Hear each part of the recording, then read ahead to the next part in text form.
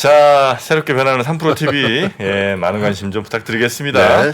자, 그러면 저희 뉴스 알아봐야죠.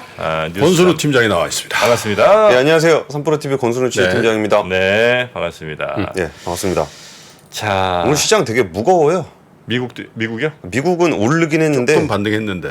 아유, 정말 이렇게 금리가 정말 무겁게 누르고 있는 것 같아요. 예. 어제 코스피는 2,500선 깨졌습니다. 2,500선 깨졌어요. 네, 종프로님 반성하시죠. 코스닥도 빠졌어요, 많이? 코스닥도 많이 빠졌습니다. 장기 휴가를 보내야 되나? 왜 이렇게 함께 해주지 못하십니까? 아니, 제가 오늘 잘못 쓰고 나오는 바람에 선글라스에 지금 도수가 없어갖고 하나도 안 보입니다. 지금 눈에 뵈는 게 없으십니까? 눈에 뵈는 게 없습니다. 네, 그래서 안 그래도 잘 안 보이는데 오늘은 뭐 전혀 안 보이는 상태니까 두 분께서 좀 힘내주시기 바라겠습니다. 네. 알겠습니다. 오늘은 까부지 않겠습니다. 자, 미국 시장 정리 좀 해보죠. 다우존스는 0.13% 상승했고요. 나스닥은 0.45%, S&P 500은 0.4% 상승했습니다. 근데 뭐 전반적으로 좀 약세였는데 조금 올라간 정도였어요. 이게 뭐 연방정부 셧다운 이슈가 이제 10월 1일로 다가오고 있다고 하는데 공화당 하원에서는 임시 예산안을 추진하고 있어요. 임시 예산안이라는 게 한 달짜리 예산안이거든요. 네. 그럼 이걸 추진한다는 얘기는 10월 1일에 예산안 처리를 안 해주겠다라는 메시지로 아마 볼 수 있는 것 이번 같아요. 셧다운이 되게 터프할 거예요. 왜냐하면 내년 선거가 있기 때문에 예. 이게 이제 물론 이제 공화당의 책임론으로 갈 수도 있으나 어쨌든 현 정부가 잘못했다라는 걸 굉장히 강하게 부각시켜가지고 예. 예봉을 좀 잡아야 되는 입장이거든요. 공화당이 예년에 셧다운 문제보다는 훨씬 강경하게 나올 가능성이 있다고 보여요. 네. 예, 저도 그렇게 보는데 사실 매년 예산안 얘기 나올 때마다 이번엔 진짜 강하다. 그래가지고 보통 증시를 많이 눌렀었거든요. 네. 그리고 이번에 헐리우드 작가 노동조합의 파업 중단 가능성에 대한 얘기가 조금 나오고 있는 것은 그나마 조금 호재로 인식이 좀 되고 있는 것 CJ에는 같은데요. 괜찮아지는 거예요, 그러면? 거기 그거 판다는 것 같은데요, 그거. 뭐를 팔아요? 산지 얼마 됐다고? 그거 1조 원 주고 아. 라라랜드 스튜디오 샀는데 네. 그거 뭐 20몇 편인가 30몇 편 만든다 그랬는데 상반기에 3편 만들어가지고 근데 CJ가 그런 시즌이 있어요. 한번 진짜 따로 한번 정리를 해드리고 싶어요. 진짜 네네. CJ는. 예, 국채 수익률은 굉장히 높아져 있는 상황인데 이 부분은 김프로님이 좀 상세하게 예. 설명해 주실 예정입니다. 첫 번째 뉴스 진행하기 전에 오늘 엔터 얘기하신다 그랬잖아요. 근데 저 이 사진이 너무 인상적이어서 하나 갖고 왔어요. 요새 그 인도 자카르타에서 네. SM 엔터테인먼트의 SM 타임 라이브를 열었어요. KB은행하고 같이 열었거든요. 네. KB은행 또 인도네시아에서 그 금융업 하잖아요. 했는데 와, 그 히잡 쓴 여성분들이 이렇게 진짜 구름대처럼 모여든 모습이 와, 좀 이게 뭐라 그래야 될까요? 좀 약간 애국심도 들고 이게 진짠가 싶기도 하고. 차오릅니까 또? 아 근데 좀 신기하잖아요. 이게 그래서 오늘 엔터 얘기 하신다 그래가지고 관련 사진 하나 보여드렸어요. 권 프로도 통합니다. 뭐가요? 자카르타 가면은. 자카르타 너무 띄엄띄엄 보시는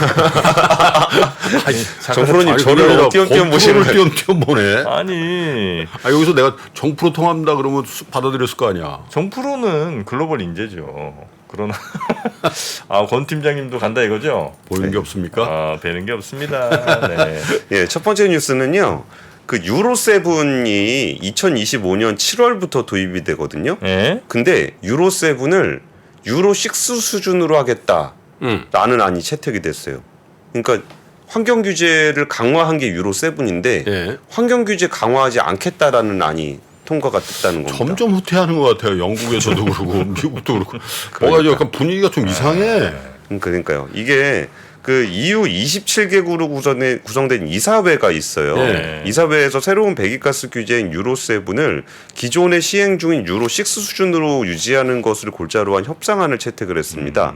그러니까 EU의 어떤 의사결정 구조를 보면은 이사회가 있고 집행위원회가 있고 유럽 의회가 있거든요. 네. 세 군데가 합의를 해야 안이 통과가 돼요. 근데 행정부 격인 EU 집행위원회는 유로 7을 도입할 때 질소산화물을 비롯한 오염물 배출량을 유로 6 대비 더 줄이도록 강화한 거예요. 네. 그런데 27개국에서 구성된 이사회에서는 이거를 거부한 겁니다. 네. 결국은 이제 내용이 확정이 되려면은 이제 세 군데가 합의를 해야 되는 부분이기 때문에 아직 변수는 좀 남아 있는데요. 이사회가 이날 그 환경 규제를 좀 강화하지 말자라고 했던 주요 근거가 역시 중국 등 역외 국가와의 경쟁에서 뒤처질 수 있다라는 네. 주장이 있었던 거예요. 네. 이번에 그 이사회에 채상한 채택 과정에서 이탈리아, 프랑스, 체코 등 8개국이 뭐 집행위원회의 초안대로 시행할 경우 환경 관련 비용이 급등할 수 있다라고 얘기를 했거든요. 근데 여기 국가 중에 눈에 띄는 데는 이탈리아하고 프랑스예요. 네. 여기가 이제 푸조, 시트로엥, 르노 뭐 요런 계열의 자동차 회사들이 이탈리아, 프랑스 이쪽 계열이잖아요. 물론 뭐 주인은 조금씩 다를 수 있습니다만 이런 부분에서 이제 좀 그 업계 영향력이 그 경쟁력이 약화될 수 있다라고 주장을 했던 거고요. 물론 여기서 브레이크나 타이어에서 발생하는 미세먼지 규제 등에 대해서는 합의를 했습니다. 네. 그러니까 차 자체에 대한 부분들을 받아들이지 않는 거고 나머지 규제는 좀 받아들이겠다라는 얘기를 하고 있어요. 그리고 이제 유럽 자동차 공업협회 같은 경우도 그 영국하고 이제 브렉시트 했잖아요. 여기 왔다 갔다 할 때 관세 부과가 내년 1월부터 시행이 됩니다. 네. 그런데 이거를 2027년까지로 미뤄달라고 했는데 이 명분이 뭐냐면은 이게 둘이서 왔다 갔다 하는 거에다 관세를 붙이면은 가격이 올라가잖아요. 그러면 그 틈을 중국 자동차 회사들이 파고들 수 있다라는 게 주요 논거였습니다. 네. 그래서 이 녹색 전환이 유럽이 가장 먼저 진행을 해왔던 건데 여기서 좀 유럽 쪽에서 조금 미쳐달라라는 목소리들이 지난번에 영국에 이어서 계속 나오고 있다는 뉴스를 좀 전해드리고요. 네. 이거는 자동차 뉴스는 아닌데 이거 비슷한 맥락에서 레고가 이렇게 플라스틱으로 레고를 만들었잖아요. 근데 그거를 이제 좀 친환경으로 전환을 해야 되겠다라고 해서 나무로 만들어요? 예? 나무? 나무로 만든다는 얘기가 뒤에 살짝 나오긴 했는데 나무로 만드는 거나 다름없다라는 얘기를 했습니다. 예. 이게 뭐냐면은 재활용 플라스틱을 이용해서 레고 블록을 만드는 재활용 플라스틱. 걸 했었어요. 예. 그러니까 페트병을 재활용을 해서 레고를 만드는 방안을 추진을 하다가 이걸 막상 해보니까 이렇게 해보면은 오히려 탄소 배출이 더 나오는 것 같다. 그러면서 그러면서 표현이 뭐였냐면 지금 그 정프로님 말씀해 주신 거랑 비슷한 맥락인데 페트병 재활용을 통해 블록을 제작을 하는 거는 자전거를 철이 아닌 나무로 만드는 것과 같은 시도인 것 같다. 그러니까 뭔가 좀 되게 비효율적이고 철강에서 탄소 배출된다 그래가지고 나무를 잘라서 하면은 그건 탄소 흡수원을 또 제거하는 모양새가 되잖아요. 그래서 그 정도의 내구성도 안 나오고 재활용의 에너지도 상당히 필요하다라는 얘기가 좀 레고에서 있었습니다. 그래서 친환경 전환이라는 큰 목표를 가지고 가야 되는 방향성은 분명한데 이거를 실제로 시행하는 과정에서 조금 그 장애물들이 생기다 보니까 이런 잡음들이 좀 생기고 있는 것 같습니다. 네. 트럼프 형님 나오신다고 다 준비하는 것 같아. 어? 근데 친환경이 아닌 게 많아요, 사실 진짜. 이게 많더라고요. 그냥 겉보기엔 친환경으로 보이는데 알고 보면 그 과정에서 훨씬 더 많은 반친환경적인 뭐 이런 환경 파괴적인 공정이라든지 뭐 재료 이런 것들이 사용되는 경우도 많고. 제일 큰 틀에서는 도요타가 주장하던 게 있었는데 뭐죠? 석탄 발전소를 기준이 현재 있는 상황에서의 전기차는 하이브리드보다 탄소 배출이 많다. 그래가지고 도요타는 전기차 전환을 좀 굉장히 늦게 추진했던 주요 명분이 그거였습니다. 네. 하이브리드가 오히려 탄소 배출량이 더 적다라는 거였는데 요즘 토요타 주가가 날아가고 있어요. 요새 일본 되게 좋아요. 예. 그리고 이거 그냥 유럽 얘기하는 김에 같이 전해드리는데 그 러시아 산업통상부 장관이 현대차 러시아 공장 러시아 기업이 인수하기로 결정을 내렸다라고 보도를 했습니다. 러시아 공장을 했습니다. 러시아가 인수한다고요? 예, 그랬는데 현대차는 다양한 시나리오를 놓고 여러 방안을 검토 중이다라고 반박을 했어요. 이게 어떤 상황이라고 보시면 되냐면은 이제 러시아 정부는 빨리 내놓고 나가라는 거고 현대차는 나갈 때 나가더라도 한 푼이라도 더 받고 나가겠다. 아니 근데 그 전쟁을 왜 한 거예요? 내가 보니까 저기 스타벅스, 맥도날드 다 국유화하고 국유화라기보다 다 현지화하고 예. 주요 외국계 기업들 다 자기네 걸로 만들려고 전쟁했나? 아, 그럴 명분이 필요해서. 아니 다 나갔잖아요. 스타벅스, 맥도날드 다 나갔죠. 나갔고. 다 나갔습니다. 뭐 네? 닛산, 도요타, 르노도 네. 다 나갔고요. 근데 로고도 뭐 비슷하게 해놓고서 예. 맞아요. 그 물고기 언니 그러니까. 예, 거의 뭐 똑같은 모자만 그 소련 모자 이렇게 쓰고 그러니까. 바뀌었죠. 하는 짓이 영. 예. 근데 여기서 좀 아쉬운 게 우리 저기 예전에 하이닉스가 그 인텔 중국 공장 샀다가 지금 좀 많이 힘들잖아요. 네네네. 현대차도 2020년에 GM 상트페테르부르크 공장을 인수를 했었습니다. 그리고서 러시아 시장 3위였었거든요. 그러니까 여기 참 이게 힘들게 자리 잡은 시장인데 뭐 다른 자동차 회사들이 보통 1달러라든지 1유로 받고 나갔거든요. 근데 비슷한 수순이 되지 않겠느냐라는 관측이 좀 나오고 있는데 현대차 쪽에서는 뭐 추가적인 조건들을 논의하고 있는 것 같습니다. 근데 그게 이제 크게 보면 전 세계의 방향과 판세를 잘 읽어야 되는데 네. 저게 20-30년 전에 하면은 대박 나는 딜이었어요. 그런 거 사는 게. 왜냐하면 세계화의 초입이니까 세계화라는 화두가 전 세계를 이렇게 전 세계 질서가 될 때는 예. 해외 진출 막 해가지고 그때 뭐 아시잖아요. 김우중. 네. 어? 대우. 세계는 넓고 네. 할 일은 많다. 네, 세계 경영 뭐. 어? 근데 이제 이 세계화가 퇴조되는 국면에서는 저런 일들이 많이 발생한단 말이에요. 네, 철수, 그죠? 정리 이런 것들. 예. 그래서 잘 생각해서 나가야 돼요. 근데 또 인도에 샀죠 또 현대가 그렇죠. GM 거, GM과 예, 포드 거. 예, 공장 샀습니다. 이것도 잘 산 거야. 뭐 근데 그거는 뭐 인도는 지금 떠오르고 있는 시장이긴 한데 근데 왜 팔아 걔네는? 거기는 네. 전 세계적으로 팔았습니다. GM 군산 공장도 철수했잖아요. 그게 뭐 유럽에 있는 라인도 철수했고 태국 라인도 철수했고 호주에서도 철수를 했습니다. 그래서 그건 전략적으로 좀 다르긴 한데 네. 근데 저는 그 아까 통상 문제는 좀 김프로님 말씀에 좀 공감을 하는데 저는 친환경 전환 문제는 이런 이벤트가 있다고 해서 후퇴할 필요는 없다고 생각해요. 이게 방향성은 분명한 부분이기 그렇죠. 때문에 네네. 중간중간 속도 조절의 차이는 있을지 모르겠지만 방향성은 좀 있을 그렇죠. 거라고 생각을 합니다. 가끔 백도도 해요. 그러나 큰 방향 흐름은 예. 이어지고 있습니다. 예. 자, 두 번째 뉴스 가봅니다. 두 번째는 그 철강 관련한 뉴스를 매일경제에서 굉장히 흥미로운 기획 기사를 썼습니다. 철강. 예. 네.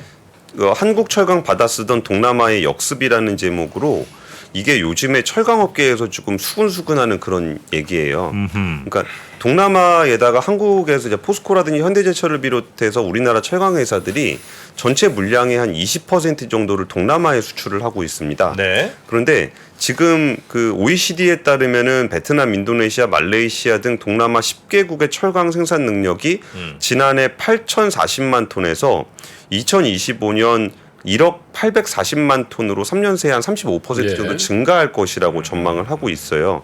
그러면서 2030년까지 동남아 지역에서 한 9,100만 톤의 생산 능력이 증가할 거라고 예상을 하고 있는데 이게 어느 정도 규모라고 보시면 되냐면은 포스코가 보통 한 4,500만 톤 정도? 네. 그 정도 되거든요. 그럼 포스코 사이즈가 세계에 한 5, 6이 되는데 이거 2개 정도 규모가 추가로 생긴다는 거예요. 동남아 쪽에. 그러니까 이게 그 사실 철강 산업이라는 거는 좀 무게도 있고 해가지고 보통 나라가 성장하는 때 같이 성장하는 경향을 좀 보여요. 네. 그러니까 이제 동남아시아 국가들이 아무래도 이제 성장률이 우리나라보다는 좀 높을 가능성이 높잖아요. 그러니까 동남아 국가들이 그 우리나라에서 철강을 이렇게 수입해오고 있긴 하지만 결국 자기들이 그 철강을 사다 쓰는 것보다 자기들이 직접 만들려고 하는 경향들이 굉장히 강해지고 있는 거예요. 네. 그래서 지금 동남아 쪽에서는 그 자체 생산량이 늘어나고 있는 가운데 중국이 자기네 생산량을 좀 수요가 감당을 잘 못하다 보니까 이거를 또 밖으로 뽑아내고 있는 것들이 좀 있습니다. 그러면서 국제 경쟁이 굉장히 치열해지고 있는 상황에서 요즘에 제일 큰 문제가 되고 있는 부분은 일본산입니다. 일본산? 예. 그것도 많이 팔려요? 일본산 열연철강 우리나라로 네. 수입되는 제품 수입량이 8월 기준으로 155만 톤으로 전년 동기 대비 무려 44%가 증가했습니다.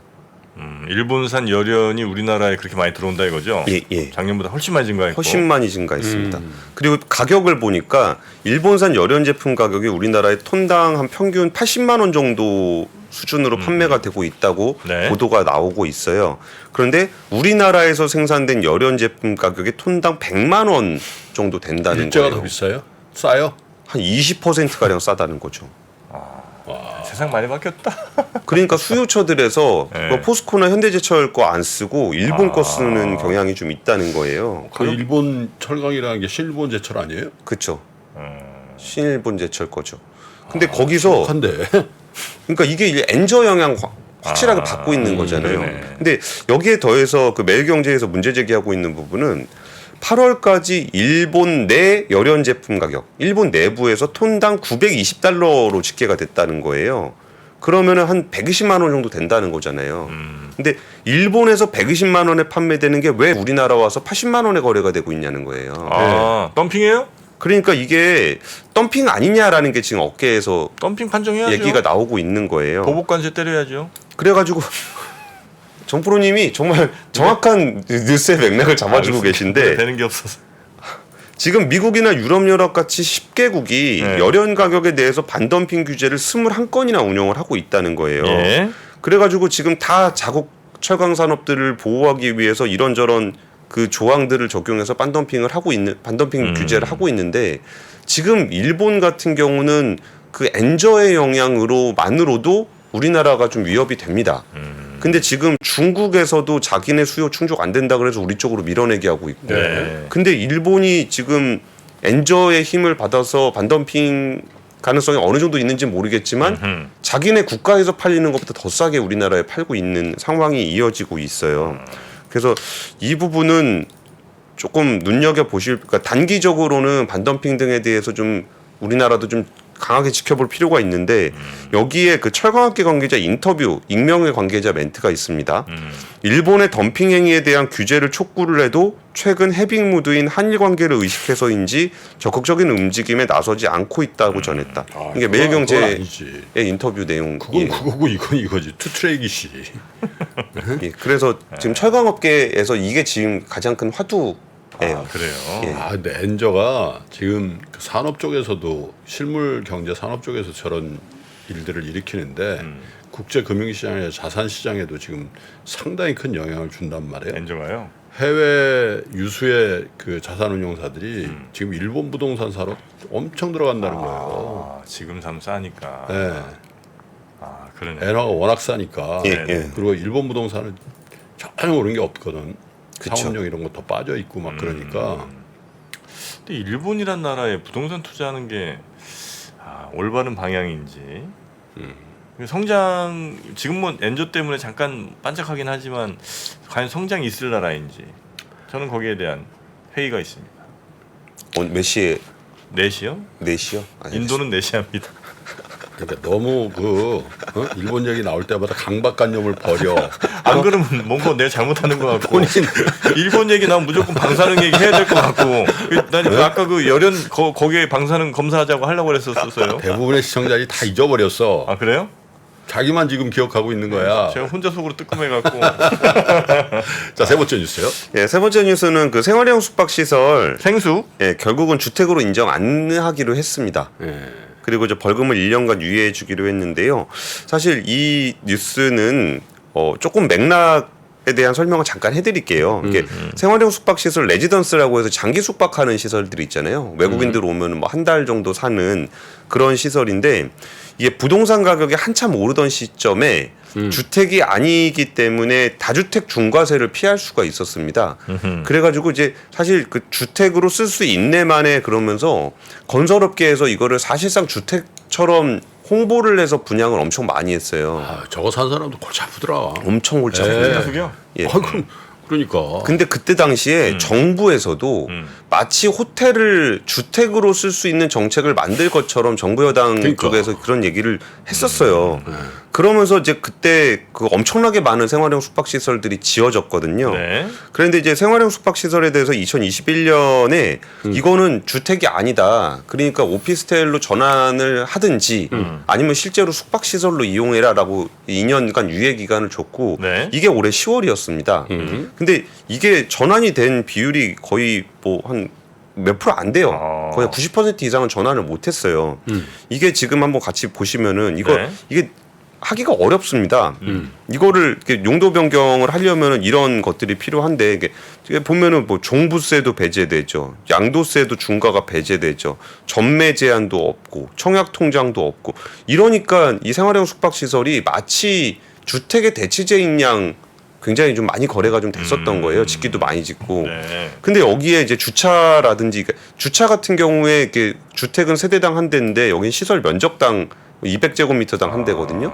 그러면 이미 건물을 다 졌는데 거기서 주차장을 어떻게 만들어요? 그렇죠. 그러니까 그런 부분들부터 해가지고 이제 복도 규정 뭐 이런 것들이 참 전환하기가 좀 어려운데 어쨌든 이 문제의 자잘못은 둘째치고라도 이거를 이제 와서 주택으로 인정하기도 되게 어려운 거잖아요. 근데 어쨌든 이 부분에 대한 정부는 결론을 내렸습니다. 이건 네. 앞으로도 주택으로 인정해 주지는 않을 거다.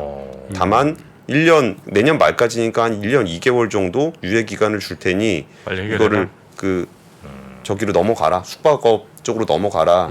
한 채 있는 사람들은 한 채로는 숙박업 할 수 없으니까 위탁 사업하는 사람들한테 넘기고 뭐 그런 식으로 하라는 쪽으로 어제 결론이 났습니다. 그래서 참 이런 문제는 그러니까 처음부터 좀 뭐하게 하지 말고 정확하게 가름말을 타줘야 되는데 그죠? 예. 다 지른 다음에 홍길동이야 저거 뭐 집을 집이라 못하는 응? 분명히 지금 자기는 집이라고 생각하는데 아니, 그리고서 이제 거기에서 그 얘기가 나왔던 거예요. 그러면 전입신고 받아주지 않았냐. 전입신고 그러네. 받아줬으니까 주택 되는 거 아니냐 그랬더니 어제 국토부에서 굉장히 시니컬하게 뭐라 그랬냐면은 창고에도 한 30일 살면 전입신고 된다. 아이 그건 할 말은 아니지. 아니, 그러니까 전입신고는 그 사람이 아니, 그러니까 어디 있는지를 확인하려고 아무리 하는 그렇다 거니까. 하더라도 그렇게 얘기를 하면 안 되지. 그러니까 어쨌든 제가 얘기한 거 아닙니다. 나 생수 없어요. 아 근데 지금 정부에서는 이제 그 생숙에 대한 의지가 좀 확고한 모양이군요. 예, 그러니까 그건 인정하지 않겠다는 의지가 확고하고요. 이게 2016년, 그러니까 2014년 기준으로 봤을 때 생활형 숙박시설 사용 승인이 2,355개가 있었습니다. 근데 이게 마지막에 규제가 내렸던 2021년에 무려 18,799개예요. 2,300개 있던 게 18,000개가 됐다고요. 그때 엄청들 인기가 많았었던 모양이네요, 그죠? 이거 진짜 그 투기 수요로도 장난 아니었습니다. 그때 그막 그게 언제예요? 그때 한참 했던 데가. 뭐 7, 8, 2017, 18 17, 18대가 근데 완전 집값 엄청 오를 때 집값 엄청 오를 때 아까 보여드렸잖아요. 저런 거라도 좀 해가지고 좀 분산시키려고 했던 거겠지. 그러니까 서로 약간 좀 눈 감았던 게 있는 거죠. 건설업계는 짓고 팔기만 하면 되잖아요. 그러니까 종부세 안 내도 되고요, 양도세 안 내도 되고요, 전매 제한도 없고요, 청약소송도 없으니까 뭐 2주택, 3주택, 4주택, 5주택 해도 됩니다. 이런 식으로 좀 팔았던 거고. 정부에서는 어쨌든 지금 정부에서는 공급이 있어야 주택 되니까. 공급 안 된다고 욕을 먹으니까 살짝은 좀 모른 척 하고 여당 쪽에서는 뭐 호텔을 뭐 쓰네 마네 그런 얘기가 좀 있었던 그런 이슈가 좀 있었습니다. 예, 여기까지 하겠습니다. 네. 글쎄 아닌 건 또 딱 지금 그때 당시에는 불편해도 아니라고 얘기를 해줘야 돼요. 그러니까 정책이 그죠? 네. 부동산 문제는 제가 3주 동안 전국 투어를 했더니 네. 부동산에 대한 생각이 좀 클리어해지더라고. 기준이 확실해지셨고. 네. 확실해졌어. 그러면 복잡하고 어렵게 느껴지는 재무제표와 용어들. 친절한 투자 멘토 사경인 마스터가 매주 새로운 콘텐츠로 알기 쉽게 설명해드립니다. 재무제표 분석과 포트폴리오 구성, 뭐 양대 재무제표라고 그러면 대차대조표랑 손익계산서가 있거든요. 매수 매도 방법, 이때 사는 게 좋겠네. 이렇게 사면 좋겠다. 근데 이렇게 살려면 뭘 해야 되냐면요. 나머지 3분의 1은 놔둬봅니다. 어디까지 가는지. 실전 투자 팁까지 알려드립니다. 오직 3프로 멤버십에서만 만나실 수 있습니다.